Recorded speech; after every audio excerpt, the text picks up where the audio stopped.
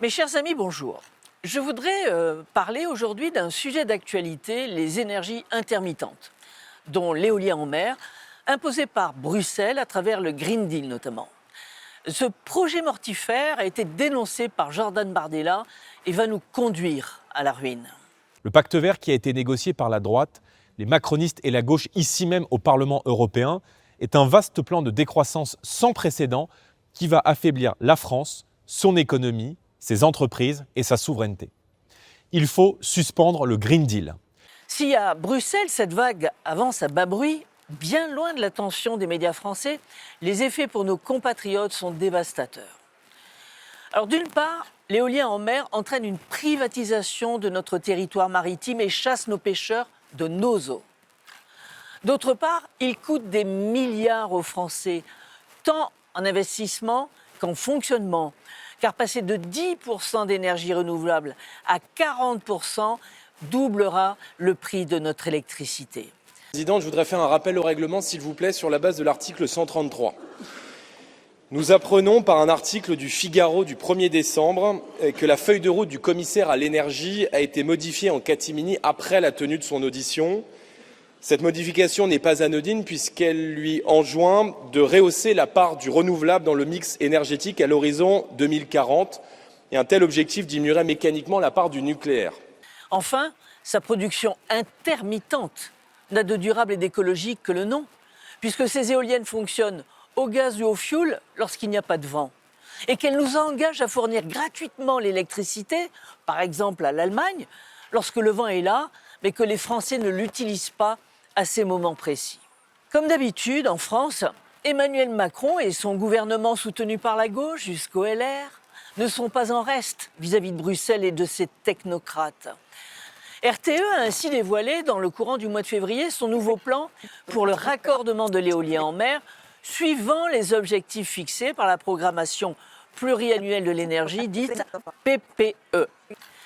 Le gestionnaire du réseau électrique a annoncé la couleur. Il faudra multiplier par 10 ou par 30 les constructions d'éoliennes offshore afin de tenir l'objectif de 30% de notre mix électrique d'ici à 2050.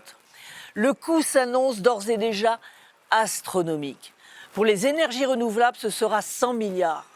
100 milliards, dont 37 pour raccorder les futures éoliennes maritimes au réseau. Une somme colossale qui manque déjà cruellement notre filière nucléaire qui, rappelons-le, peut fournir une énergie abondante, abordable et pilotable, absolument indispensable à la réindustrialisation de la France et au pouvoir d'achat des Français. À Paris, Marine Le Pen a non seulement dénoncé cette gabegie payée au prix fort par les Français, mais la tentative des macronistes de passer en force en court-circuitant le vote à l'Assemblée nationale. C'est une feuille de route qui serait presque passée inaperçue. Elle a été dénoncée hier matin sur Europe 1 CNews par Marine Le Pen. Il s'agit du plan énergétique des 10 prochaines années et qui pourrait faire flamber votre facture. Le contenu de cette PPE est dramatique.